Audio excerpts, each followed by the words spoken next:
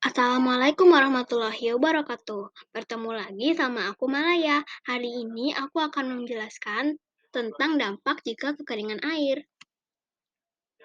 Kekeringan terjadi sangat berdampak untuk kehidupan seperti mempengaruhi kesehatan manusia, tanaman, maupun hewan. Kekeringan juga dapat menyebabkan pepohonan menjadi mati dan tanah menjadi gundul sehingga pada musim hujan dapat menyebabkan erosi dan banjir. Terjadi kekeringan pada berbagai wilayah dan sulit diatasi dengan cepat. Suhu panas saat musim kemarau panjang yang menyebabkan terjadinya kebakaran hutan yang berakibat pada bencana kabut asap. Bagian 1. Penyebab kekeringan. 1. Curah hujan rendah. Penyebab kekeringan yang pertama dan paling umum terjadi di Indonesia disebabkan oleh perubahan iklim yang membuat hujan menjadi lebih jarang turun. Rendahnya curah hujan tersebut merupakan akibat rendahnya tingkat produksi uap air dan awan. Jika hujan yang turun sangat sedikit, maka musim kemarau akan semakin lama dan kekeringan akan melanda. 2. Pemanasan global. Penyebab musim berikutnya adalah pemanasan global atau sering disebut pemanasan global yang hampir terjadi di dunia.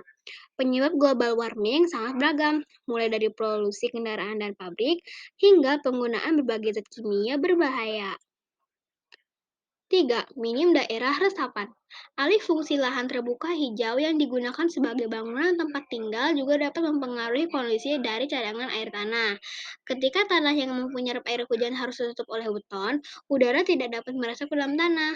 Semakin sedikitnya cadangan air dalam tanah akan memberi dampak buruk berupa bencana kekeringan. 4. Letak geografis. Selain minim daerah resapan, kekeringan yang terjadi di Indonesia sedikit juga terletak di letak geografis Indonesia yang tepat di garis khatulistiwa yang diapit dua benua dan dua samudra.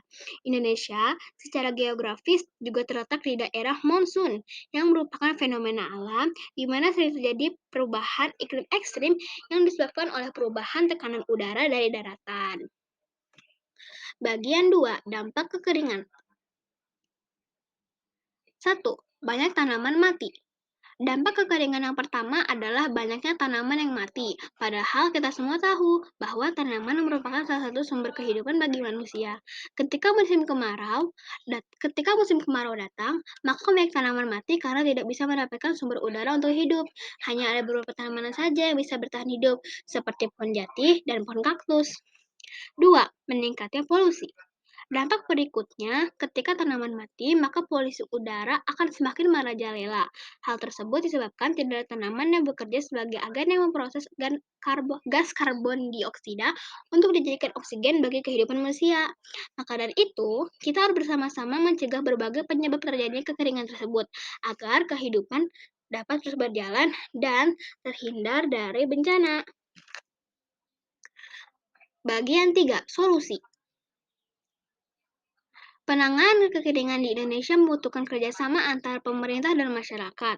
Hal itu sangat penting dalam mengatasi dampak dari kekeringan menjelang musim kemarau. Berikut adalah solusi yang bisa dilakukan untuk mengatasi kekeringan. 1. Membangun dan melakukan rehabilitasi jaringan irigasi. 2. Membangun waduk pada beberapa daerah yang potensial. 3. Memelihara atau melakukan rehabilitasi konservasi lahan dan air. 4.